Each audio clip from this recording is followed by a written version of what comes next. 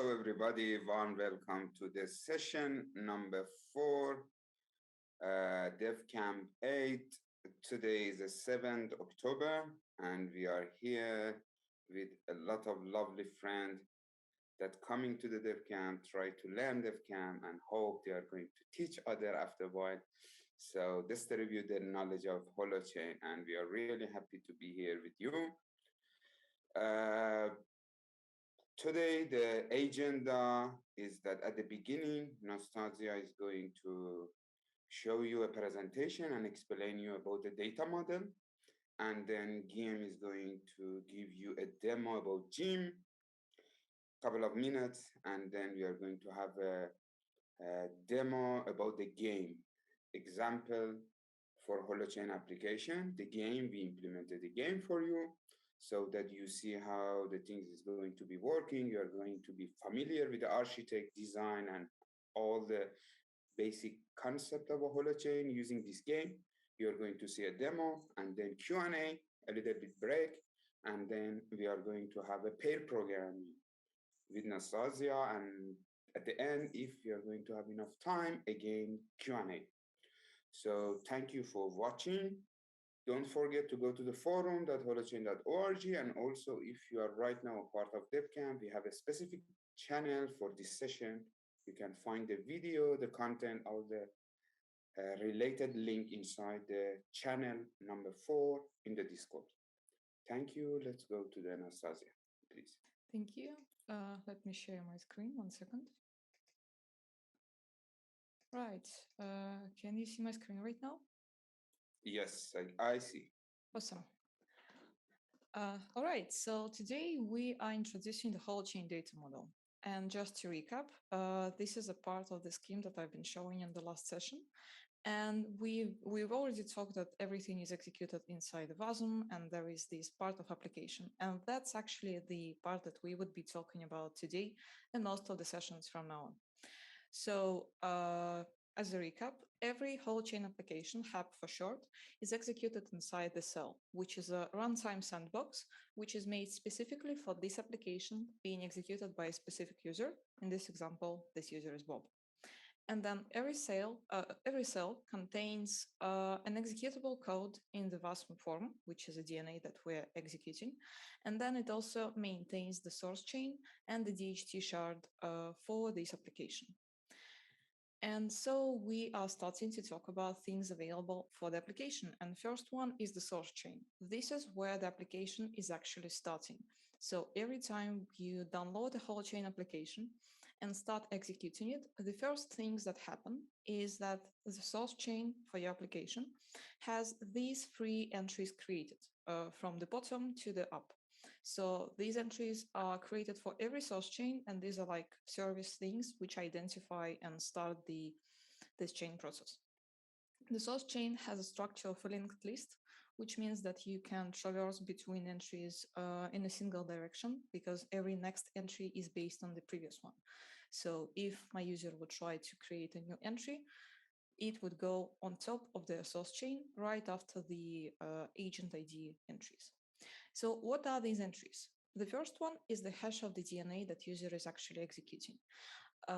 It helps to identify which DNA this source chain belongs to, and also helps to set up the base for everything else to happen.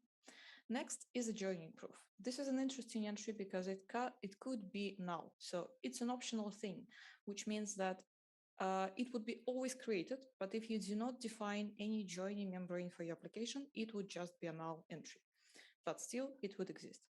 And then the last one, agent ID, is an entry which is created with a public key of your agent. So in Holochain, instead of using a combination of username and password, we're actually using cryptographic keys, which if you are using SSH, would be a familiar concept for you, because there is a private key and there is a public key. So the private key is never stored even on the source chain, it's stored separately. But then the public key, which is needed to verify the identity of an agent, is always stored as the third entry on the source chain for the application that they are running. And that's for these 3 entries. But if we look at the source chain from a higher level perspective, we would see that it also stores all data produced by an agent. So for example, if I'm starting to use an application, let's say a Twitter clone, and then I make a tweet, the contents of this tweet would first be stored on my source chain, and then they would be propagated into the network. Another very interesting property of the source chain is that it's private, meaning that you cannot simply access anything that's stored on the source chain of another agent. There are methods for doing so selectively with capability grants, but we would be covering them much later during the DevCamp. So for now, you just need to remember that source chain and everything stored there is private. And so it's not shared with anyone else. Now there is the second part of the data model, the data destinations, where you could be storing your data, which is the DHT, which is short for distributed hash table. If you are familiar with how BitTorrent works, it's kind of the same concept. So you have a distributed hash table, which hashes all of the data that it stores, and then calculates the destination, so the specific shard of this distributed hash table, where to store this data. In Holochain, DHT is used for actually sharing data between the participants, and that's where we would be creating like 100% of entries we are creating for our game during the DevCamp. So we wouldn't be working too much with the source chain. And then also, for everything that's created on the source chain, DHT stores headers of this data. So it doesn't store the actual data, but it stores the fact of this data being created, which is very crucial for data integrity maintained by Holochain. And then, as I already mentioned, DHT is stored partially by every agent, meaning that unless you have a single agent who is the only member of the network, DHT would be distributed actually, and nobody would be storing the entire copy. Now, just to summarize the differences, I've made a table. So for every DNA that you would be executing, so basically for every application, you would have its own source chain and its own DHT. And then also both source chain and DHT would be validating every entry that you are trying to create in there. So validation rules would be applied in the same way. And then a source chain is private while DHT is not. So if you're designing your application, you need to keep this in mind when you're making decisions about data privacy and protecting some membranes and so on. And then since so DHT is a hash table, so obviously it allows random access by entry hash. But even though source chain is actually linked list, it's stored as hash index chunks of data from which linked list structure can be reconstructed. So this fact allows us to have random access by entry hash into the source chain contents as well, which is very handy because if you know the contents of the entry, it means that you can calculate its hash and then use this hash for a very quick, constant time complexity lookup. And then the consecutive access to the data is only available in the source chain because DHT is unlike linked lists, cannot be traversed through entire contents. You need to actually know the hash of the data because it's not interlinked between each other like in the linked list. And then another very important difference between source chain and DHT is that you can only create links between entries inside the DHT due to differences in the structure. And we will show you what are the links later, but for now, just remember this very important part. Like if you're trying to design an application which would need to use links, you know that you would either have to store data on DHT or do some workarounds if this data is stored on the source chain. Now, the building blocks of any Holochain application. There is actually the main building block, which is the only unit of data in Holochain, which is called element, which is pretty much like a file on Linux. So in Linux, everything is some kind of file, and in Holochain, everything is some kind of element. And every element would have a header, which is a required field and can never be null, and then an optional entry, meaning that some elements would only be with header and some other elements would contain both header and entry. And that's an actual definition from the Holochain source code of the element. So you see there are only two fields. Now, a header in the element actually defines all possible actions which could happen in the Holochain data model, and you can see this here. So everything that would be stored in source chain or on DHT would have some of these formats. So for example, the first entry on the source chain, I think would be type of DNA. And then mostly during the DevCamp, we would be using headers for create link, create, update, and delete. And then the main purpose of the header is to store the metadata about something happening inside of the whole chain application. But then we need to actually store the data itself. And that's where entry comes in. So for every element that stores metadata, so for some elements that store metadata, like elements that are creating and updating entries, we would also have the content. And the entry can only exist with headers of type create and update. So going back, only these two types of headers would have an entry. So why would we want to separate those two things?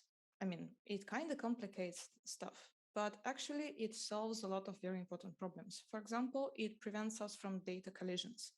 And I would illustrate a very nice bug that team encountered during the DevCamp development. And then it also provides us with this agent-centric separation of concerns, because if you separate the fact of creating something from the actual data that's being created, you can allow for the same data to be created by different agents without any conflicts in your system, which is a very beautiful pattern because it means you don't have to think who should be the person who actually created the data. You can have all of them exist at the same time in the same network, and then allow the application to make decisions based on all of this data. So the bug. So in the game that we've been developing, we had game rounds, which could have been closed by any player who is playing the game. And so in this scheme, what's happening is that Alice and Bob are trying to close the game round, and let's say they are in network partitions. So maybe their internet is not working fast enough. So they are both able to close the round by creating game round and element at the same time, or maybe at different times, but then the data propagation happens afterwards. So we have these two things happening. And since they are closing the same round, the contents of the entry are actually the same because they are working with the same data. But since every act of creating an entry is registered by header, we would have a header for Alice closing the round, and then we would also have a header for Bob closing the round.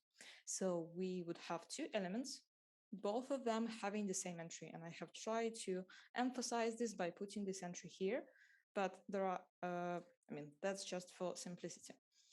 So that's pretty much okay. I mean, we had two agents close the same round, they have produced the same entry, and there shouldn't be a problem. But instead of basing the next round on this entry, which is the same one shared by both agents, we actually tried to use the headers, which meant that when we closed this round, creating two elements with the same entry, we have actually branched our contents, meaning that the new round actually existed as two different versions, because there was a round created from the Alice's header of closing the previous round and a round created by Bob.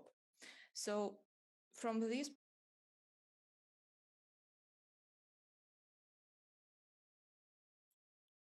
It seems the old issue. Nastasia is disconnected, and like always, maybe she's going I'm to go I'm so immediately. sorry. Yeah. Yes, I please don't know go. how I don't know how to fix it. So yeah. You, So you, you don't okay. really need to fix it. We are here and waiting for you. Go ahead, Okay, good.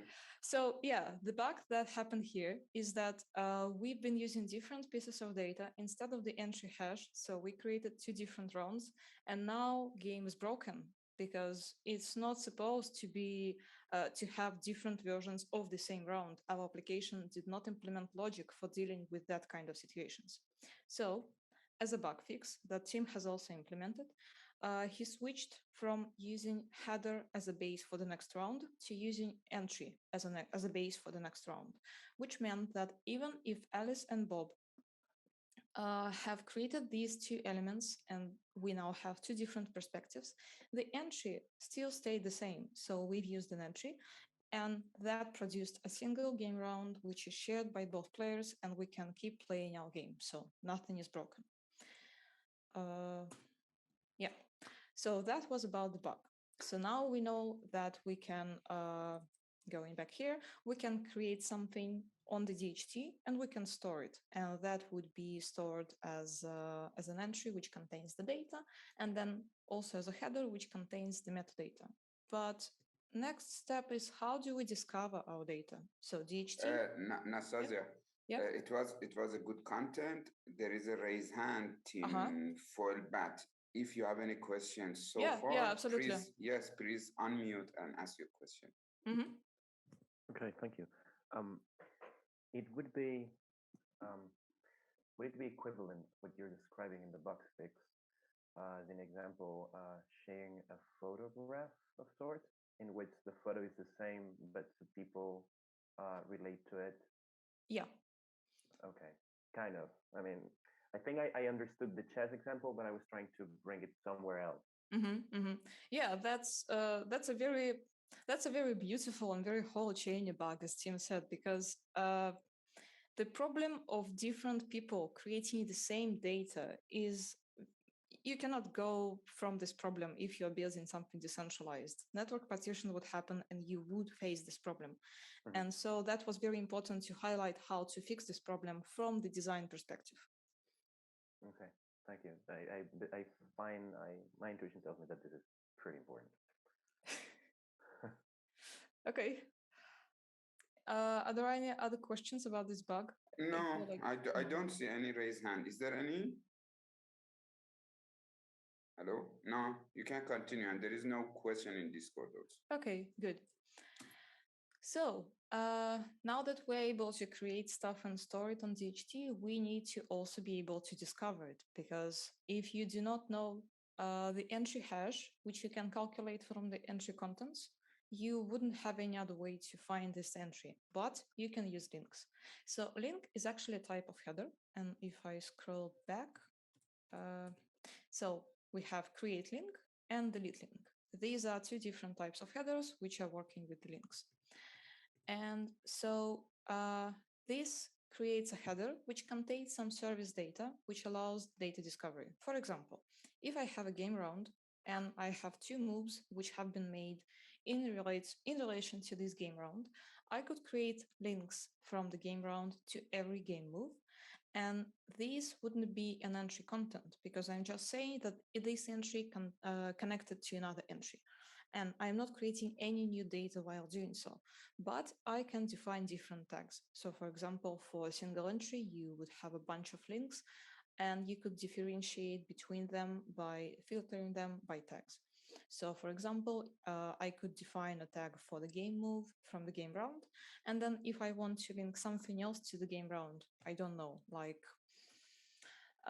some bonus picture that somebody wanted to post specifically for this game round, I could create a different link with a different tag and I would be able to work with them separately, which is kind of nice. And yeah, that's for the building blocks. So in Holochain building blocks, we're mostly working with headers, entries, and links. Now the building patterns. Patterns are different from the blocks because it's about using existing blocks in some very popular or common way. And one of the core patterns in Holochain development is called an anchor.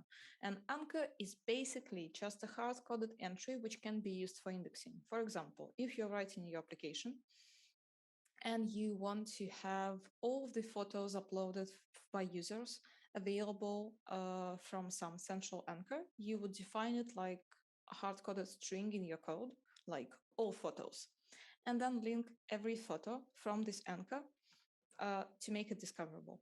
We would be implementing an anchor today, so I didn't want to overload with specifics here, so we can get back to it later. And that's actually the end of my presentation. Guillem is going to show all the concept with the gym. We are going to share the link of Gym in the Discord, and you can go there, you can play with it. It is actually, you can see the things is working. The tools is Gym, and it is available for you. You can later on try it, use it, and learn from it. And another point, uh, the basic concept, this DHT data structure, it's a little bit, because it is a curving knowledge. If you find it out a little bit hard or confusing, please stay. Don't worry, it's gonna come after a time, just to look at it from a different aspect. You are gonna totally get it. Don't worry. And also in a Holochain-in-action, we explain it, this both concept, data structure, and link in different style. I'm gonna share the link. Don't worry, don't panic, and just continue, stay. So please, Guillem. Yeah, thanks so much. Okay, so I'm going to share the screen here. And okay, I'm just going to basically reiterate the exact same concepts that Nastasia was talking about, but in an interactive way, so that you get a bit like you get the same concepts, but from a different angle, right? So here is an interactive simulation of a holochain DNA. And here is its DHT. And a DHT is really all the nodes that form the same network connected together, right? So every one of these nodes is a different computer, is a different conductor with the same DNA installed in it. So they are all playing the same game, right? With the same rules. So in each one of these nodes, there is the source chain, right? And the source chain is basically, as Nastasia said, a linked list of headers, and some headers carry entries, right? So, for example, here we have a DNA header, right? And header contents, and you can see, okay, in the header, there is metadata, as Nastasia said, which is about the author, hash, timestamp, basic context information. But this header, as Nastasia explained, is not carrying an entry. Agent validation package is another header, and then create is a header that actually is carrying an entry with it, right? So here we can see the contents of the header, and more importantly, there is the entry hash, and then you can see the agent entry, right? And this is an entry that everyone is producing at a start time when starting the application. So let's say that I wanted to create a new entry, right? So okay, this agent here who is highlighted is going to create an entry, and it's going to say hola, right? So the entry is being created, it's publishing it to the DHT, and the other peers are validating. We are going to talk about this a bit more. And now you have an entry in the DHT, right? And if you see, the source chain for this agent has grown. And now there is another header linked to the past header, and this header carries with it the entry, right? And this entry is the only one that we have in the DHT right now. You can see that the yellow nodes are the ones that are holding this entry. So each entry is distributed throughout the DHT, and the load of the performance and storage and so on is distributed, right? So if I now switch to another agent, I switch here, you see the source chain hasn't changed, because this other agent actually didn't do anything, right? This first agent has this new entry in the source chain, but there is a different source chain for every one of the agents, right? So if I now have this bottom one and I create another entry, it's going to be exactly the same process, and now there is a new header in the source chain, and there we have it. We have two entries here. And now to finish off with the links. A link, you can create links and get links, right? And it's as basic as going to an entry, and links go from a base entry to a target entry, right? So it's like a graph of entries linked between each other. So I can go copy the entry hash, and I can use this as a base of the link, and I can go to entry number 2, copy the entry hash, and use it as the target, and execute. And here you can see there is a new header that's created linked to the older one, but this doesn't carry any entry. It's just a create link, just as Nastasia said. And here in the graph, we have now the two entries created and linked with each other. Now, what can I do? I can go with the demo entry, get the hash, and ask, hey, get me the links that are attached to demo entry 0 to any other entry, and execute. And now that's going to perform a get. And it's a bit small, but you can see it's going to return, hey, there is one link from this demo entry 0 to demo entry 1.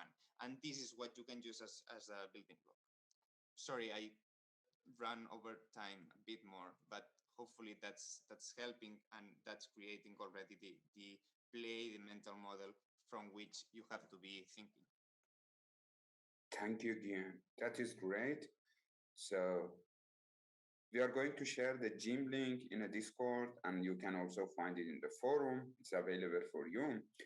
And right now, let's go to the demo of the game application. Please. Sure. Okay, this is exciting. So this is the demo of the game that I actually didn't code. Nastasia and Pixel did most of the work, and other people also contributed in some form. So what I'm going to be demoing, let's just share the screen and get it on with. Okay, so I have the launcher running. Here I have installed a Tragedy of Commons game, which is the game that we are going to be developing throughout the DevCamp. And now my intention is to show you what the end result we want to be, right? So I installed the game, and now open brings up this beautiful screen, right? So this game is a bit complex, but the actual joining pattern is quite simple. So I have it installed here on my computer, and just on my to my right on another computer. So I'm going to be playing basically against myself. And the way to start a game is you pick a nickname for a game, right? You start it, okay? And here you have a game code that another agent has to put into their join game box, right? So D1, and this you can be sharing via Discord or via other places, right? So I just joined. Okay, I just joined from the other computer. This computer is Guillem, the other computer is Test, right? And now I can begin playing. Okay, so the game basically goes like this. There is a total amount of common resources, right? So let's say that these are fish in a pond, or grass to be eaten, or whatever, right? And the game is about playing and taking the resources that you need without actually overflowing the amount of resources that everyone has, right? So if more than one resources are consumed, then the game is lost, right? So let's say that I am more or less, I don't need much, and I only want to take 6 resources. Submit, okay. Round 1 in progress, and this is my move, and I'm going to go in the right now to make the other move. Okay, and let's say that here I won 50 of those resources. Okay, I have made my move. Refresh. Okay. Here is round 1 complete. So both of us made a move. That made it so that I could complete the round, right? So in each round, every one of the agents has to make a move. And now run 1 complete, and okay, so test agent took 50 resources. I took 6 resources, which makes a total of 44 remaining. But every round, the resources are regenerated a bit, so plus 10, right? And the idea is to see how long this game is able to go on. This is it. This is the basic demo. of the game. As you see, like the UI is beautiful, but it's simple at the same time. We won't be focusing too much on the UI. We will be focusing much more on the DNA and the backend. And specifically today, we are going to focus on this part here, which is the simplest part, which is creating a game, how to retrieve a game from the game code, and how to aggregate the players that are playing a game. Nastasia, do you think there's anything else I should add at this point? I don't know if Nastasia is down. Oh, Yeah, Nastasia? sorry, I disappeared. So you were saying? Yeah. Do you think there is anything else that I need to show right now, or this is good enough? We are going to be sharing at some point, I don't know if today or at some point, the web app for this game so that everyone can start playing by themselves. And then, yeah, we can, every session, we are going to build up to it. Yeah, I think that's good for now. Okay, cool. So, yeah, this is it. This is the demo of the game. Yes, thank you, thank you. So the game is going to be built during the DevCamp by pair programming. That's it. We are going to see a pair programming with Nastasia. If is there any question, please. Otherwise, Nastasia, please start. Yeah, let me share my screen. Just as a reminder, while I am presenting, I cannot see almost anything that's happening during the session. So please interrupt me via voice if you want to get any details or anything like it. So during the last session, I have created a very simple scaffolded application, which I have just opened in my Visual Studio Code. So on the left, you can see the directory structure as it was on the last session where we left. And today we would be implementing part of the backend. So I'm going into the DNA directory and I'm going into the lib.rs, which is the only source file for our backend so far. So here we have all these contents that have been created by the scaffolding application, and we would be removing all of them because we would be implementing a game code and a player profile. So the result of today's session would be that the backend can create a game code, which Guillem has demonstrated, and then join the game, register your interest in being in the game with some nickname. So first, let me remove all of these things. So we wouldn't need an entry definition for the post. And so let's try to create a game code. So in order to keep our lib.rs small, which is usually used only for defining the public API of some zone, we would create a separate file. That would also improve readability quite a lot. So I'm creating the gamecode.rs file. And 1 second. So first thing that we want to do is to create an anchor for our game code to be defined. So that would look like that. Pub means that this is a variable which can be used by other modules, such as lib.rs. This is a constant variable because it's hard-coded, so we can define it as it is here. And I'm using the caps just to highlight that this is a constant as opposed to the usual variables. And also, I would be pushing all of this code with those commands. So I am choosing this string data type because it's the one that's stored statically in Rust. And once I push the code, you would be able to read more about it here. So that would be our anchor, which is hard-coded in our application. So every player who wants to create some unique game code for their game would be using this anchor. So let us try to create a function that would be actually creating this anchor. And sorry if I'm copying too much. I just worry that if I'm type, I would be doing it very slow. So we're defining the public function, which is called createGameAnchor. And the only input parameter that this function is receiving is a short unique code for the game. So as you've seen in the demo. And very customary to any function in the Holochain application, this function would be returning external result. Remember the demo, so the session for the Rust that I did when I told that there are two most important enums in Rust, result and option. The external result is actually like the default Rust result, but adapted for the Holochain. And yeah, I forgot to do something else.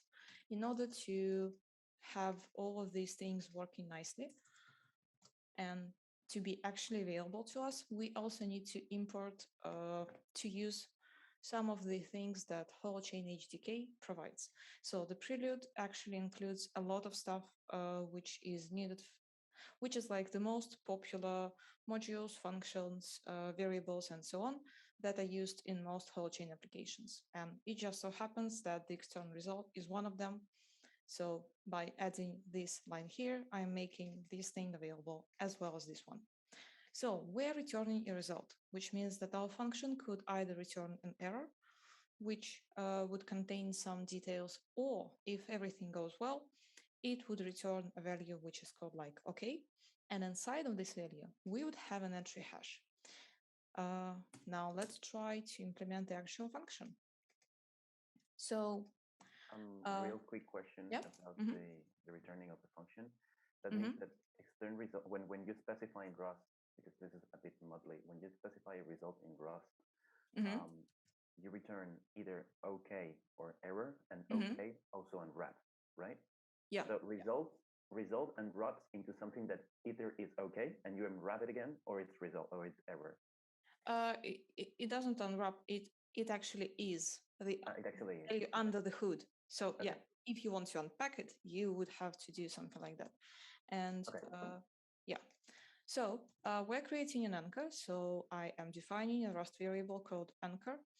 And here I would be using a function which is also provided by the Holochain HDK. This is a function called anchor.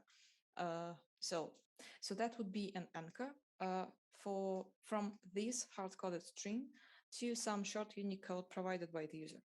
So this function provided by Holochain actually automates a lot of stuff for us, because before that we would have to create an entry from this content first, and then link and then create a second entry from this unique code second, and then create a link between them. And the anchor function does all of that for us under the hood, which is making our development much more convenient. So after I have created the anchor, basically my job is done here. So I can just return this value. And notice that when I'm writing this OK anchor, that external OK is me wrapping the value of entry hash, which is returned by anchor. And then I'm returning this whole thing from the function. And since there is no, semicolon symbol in the end of the statement, it means that this thing is actual return value of my function. I'm really trying to not drown you in Rust details, but I want to explain so many things. So yeah, bear with me. Okay, so now that we have created an anchor for our short unique game code, one part of the job is done. All right, so what we want to do next? Now that we know that anchor exists and we're able to create it, we would want the other player who is joining, who is the second one to join, to be able to find this anchor. So we would implement this method here as well. So this is again, a public function, which means that it would be available to other modules. And I'm calling it get game anchor. And the game code is some input from the user to retrieve this entry. And you notice that I am using the same function here. That's because, as I've already mentioned, it works in a singleton pattern. So if this anchor already exists, we're just trying to get a hash of this entry, which is known, hash of this entry, which is known, and retrieve the result. So if first player to start the game has created the game anchor, that will retrieve some value. Okay, so we've been able to create and to retrieve. But so far, all of these functions are internal to our backend, so they are not available to any external call, be it an integration test or UI or anything else. So in order to make them discoverable, we would actually have to go to lib.rs and define them here. And a small note, there is nothing technically preventing you from defining your API in some other file, but I've seen it just as a convention in the Holochain community that you put your API in lib.rs. And if you do that and follow this convention, it's actually very nice because you know that every project you go to would have the similar structure, which is just simplifying code reason. All right, so we already have the function. And now let's try to write a wrapper for this function. So I would name it the same way, create code anchor, and it would actually have all of the same parameters. I mean, the signature would be the same because that would be just a wrapper. And inside of this function, I would want to call this one from the game code. But the problem is game code is not known to the lib.rs. So in order to do that, I would need to say that I need to, so there is a mode for the game code. That line here would instruct Rust compiler that is compiling lib.rs that there is actually another source file which is a part of my package, and it would compile it as well. It also makes the game code contents available to me. So that's a different selection, sorry. Now that I have defined the mod for game code, I can use methods that I have defined. So as a return value of my create game code anchor, I would call the same function implemented in the game code. And since the return types are matching, I do not have to do anything else. But this function is still not exposed as a public API. In order to do that, I would need to actually apply this macro, which also comes from the HDK prelude. So this is a macro which would generate a bunch of code around my function and eventually would make it available as a public API of the zone. You don't have to know the specifics of how this is happening. You just need to know that this macro has to be applied to any function you want to expose. And then this macro requires a function to have some input value. That's critical because I once spent like 20 minutes trying to figure out why my function isn't compiling. But you need to define an input value here. And if you want to have 0 input values, your function is accepting zero input, you could do something like that. But we would show example of doing so later. Okay, so for now we're able to create game code anchor, and let me just copy the name of the function with its signature and expose it in the same way in the lib.rs. So we would have game code here, get game code anchor and game code. And to expose this function as well, voila, the macro. So this part is actually empty and not needed right now.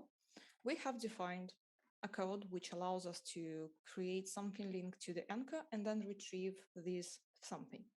But if we want to actually join the game, we also need to define a player profile, which would contain data about nickname and allow us to count how many players there are joining this game with this code. So in order to define the player profile, I would create a new file, the player profile. As you have seen already in the game demo that Guillem has shown, for a player profile to exist, we would need we would need a single field which is shown in the UI, and then there is actually another field. So that is the definition of my struct for player profile. That's a nickname. That's something that user provides as an input and helps them identify themselves. But the player ID is a parameter that is generated by the backend, and that's actually the pub key which we've seen before in the source chain, which serves as an identifier for a player, so that not only we know what is the nickname of the player, we would also know what kind of agent is registered with this nickname. So that's as far as the field definition go. But that's not enough to define a Holochain entry, and there is actually a whole bunch of stuff that needs to happen. So we would be applying a macro, a Holochain macro, which is called HDK entry. And I forgot to make an import to make it all available here. So the HDK entry macro requires us to provide two fields. First field would be the ID of this entry, as in how it appears in Holochain. So that's our name, like of a Rust structure, which we're using inside of the code which we develop.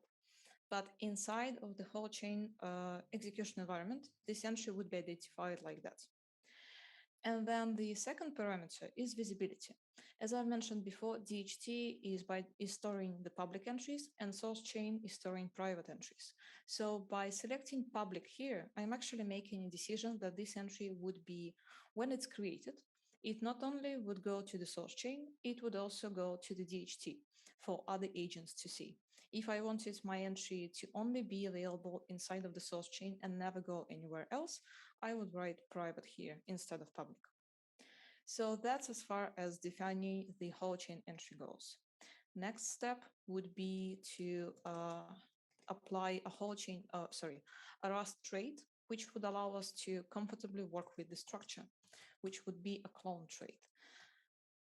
As I mentioned before in the Rust session, applying a clone trait for a certain data type would generate a boilerplate code, which by default implements a deep copy, which would mean that by adding this line of code here, I am making it possible to call the clone method on instance of player profile structure, which is very important because we would need to do that in some cases. So now that we have a player profile, we know how to store our data on the Holochain. So now let's try to create a player profile on the Holochain, imagining that we magically get all of the user input already somehow. We get to it later. So this is the name of my function. And I am creating and hashing. So I'm returning the hashed result for other functions to work with it. And since out of the two fields in our player profile, we only have a single one provided by the user, this function would be returning, would require only a single variable to be provided as an input. And then, as many other functions do in our application, it would also return external result with an entry hash inside of it. So, in order to be able to retrieve the player ID, the pub key, which we would need to populate the player ID field, first we need to get the agent info. This is a function provided by the Holochain HDK, and it gets us access to the data about the agent who is currently executing this code. So executing this line on every single machine would produce different results because every single agent would be different. And from this data, we can take things that we would need to create a player profile. Because now the next step that I can do would be like that. I am defining a variable player profile in which I am writing an instance of the struct player profile, which I initialize like that. First field is player ID, and from the agent info, I can get the public key of this agent. And this is a comment from Tim to highlight that this is not really a production-ready design, because the initial pub key would be linked to the application and there could be better decisions. But for now, while we're learning, that would be more than enough. So we have created a player profile instance of the Rust struct, which is not the same as the Holochain entry. And now we need to actually create a Holochain entry, meaning commit this data onto the DHT now that we have it. And in order to do that, I am calling the create entry method from HDK once again. And as a parameter, I am providing player profile. You can note this ampersand symbol, which means that I am allowing this function to borrow memory allocated to this variable. So no data copy is happening. I have allocated single chunk of memory for this instance, and I am not doing any copies of this instance inside of my function. Now that we have created an entry, you can see that I am not saving the result of running this function, even though I think there could be one. Sorry, my Rust analyzer seems to be glitching. So I would show it later. Okay, and now that we have created an entry, we are hashing the entry, meaning that we are calculating what is the hash based on the data that we have provided. And similar to the game code method here, where I am writing the last statement without the semicolon. Going back to the player profile, I am writing this last statement here without semicolon, meaning that this is the result of my function. Now we have created a code which instantiates Rust structure, commits this Rust structure onto the DHT, and returns the hash of the result which we committed to DHT. Okay, so now that we have created a user profile, that's enough for a user to say that, okay, that's my nickname, and that's it. We just linked a nickname to a certain public key. But in order to have our game, we would need to have more than that. So the next step in our implementation would be to try and join game with the code, meaning that you've already created your profile. Sorry, no. We've already created a game code, and now we want to say that an agent with this pub key and this nickname is actually trying to play the game with this game code. So as an input for this function, we are accepting a struct which is not yet defined, which is called join game info. That's an important part here because the Holochain functions right now, they would all accept a single parameter, meaning that if you want to have multiple parameters as input for any API function in your backend, you package all these multiple parameters into some struct, pretty much like we would do here. So let's define join game info struct. And inside of this struct, we would actually have just two parameters. We would have the game code. So that's basically the fields which you've seen in Guillem's demo when he was joining the game with the game code. So you would enter the code, which has already been created by another player, and then you say what kind of nickname do you want to have. So we've defined these fields, and this is an input for our function. Now, next step would be to try and get an anchor for the game code, because we can assume that game code has already existed or wasn't created. It doesn't matter. The action is still the same. But the game code anchor is actually inside of the game code here, and player profile doesn't know anything about it. So in order to allow this import, I would need to write another line of code here. So create is like the highest level of my Rust package, which starts here on the same level as cargo tomo. And then from here, I'm saying that I want to use the game code. Which one? Get game code anchor. All right, so now we have this function, which we've already implemented, and we know that it would return us the anchor for the code. Now that we have the anchor for this code, we would actually want to create a user profile from the nickname that we've got. So we're using the function that we have just implemented for creating user profile and getting the hash of this profile. Now, the next step would be to create a link between these two entries. So we have an anchor and we have a player profile. We need to say that, hey, these two are related. So in order to do that, we are creating a link. So create a link is a function provided by HDK, and it accepts multiple parameters. First one is the link base. So this is where this link starts, since all links are unidirectional. So the link base, and the second parameter is the link destination. Where is this link pointing? And the third parameter would be a link tag.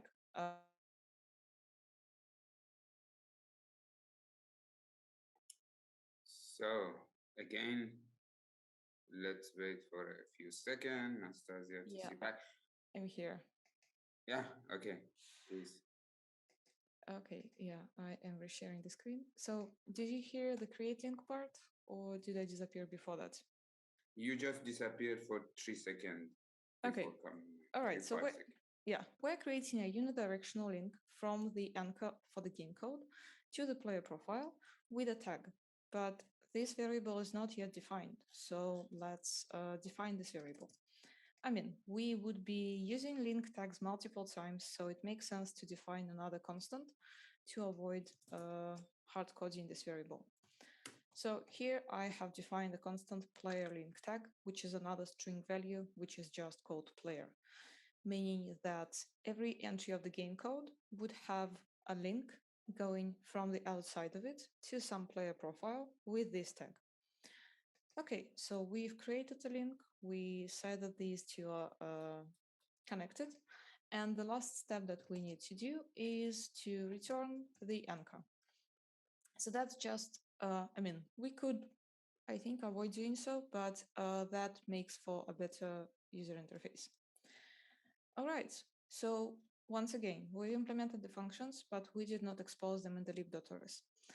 Since I've already shown how to do that, I would skip this part for now, and I would go to the last function which I wanted to implement today, which is how to list all of the players that have been registered for a certain game code. And that would be a function where we are querying the links for the entry, and that's basically a read operation. So the function signature, it looks a bit different from the previous ones because it's formatted. So we have the function name, where we're just retrieving profiles for a certain game code. This is the game code for which we want to retrieve the profiles. And then the result of this function would be a vector of player profiles. Just as a tip for reading Holochain code, every time you see external result, just skip it in your mind and look into the inner value, because that would be something that actually makes sense in the logic of application. And that is just the wrapper for making sure everything works properly. So we would be returning a vector of player profiles, which all are attached to the game code. And in order to do that, first step would be familiar from the previous function. We would want to get an actual anchor for this game code. Okay, we've got the anchor. Now, second step, we want to get all of the links that are going from this anchor. In order to do that, we are defining the variable links of the data type links, also provided by HDK, and we are saving result of the getLinks function, which is also provided by HDK, which accepts the first parameter is the base of those links, so where do they all start? And then it also has a parameter of the link tag, which is wrapped into the value sum, meaning that this is an optional parameter. So if I wanted to run any links whatsoever, I would just write it like this. So I would say that the second filtering parameter is actually none. So give me all of the links from this base. But But here we're only interested in the links which are for players, because, well, maybe there could be some other links created. In order to make sure that our application doesn't break in this case, we are filtering them from here. All right, so we've got our links, and now the next step, the links is actually just a variable of some type. It's not a vector player profiles. So we need to do a data transformation. And here I would be doing it like step by step. There would be a better, more idiomatic Rust way to do so, but I'm afraid it may not be as readable. So for now, we would go slowly. So in order to transform the links variable into the vector of player profiles, first we are defining like a temporary variable called players. And you can see the keyword mute, meaning that this would be a mutable variable which can be modified. That's because in Rust, every variable is a constant by default, meaning that if I try to modify these links or anchor, anything that doesn't have the keyword mute, I would get a compilation error trying to build this code. So this is an empty vector, and that thing here is a shortcut provided by the Rust.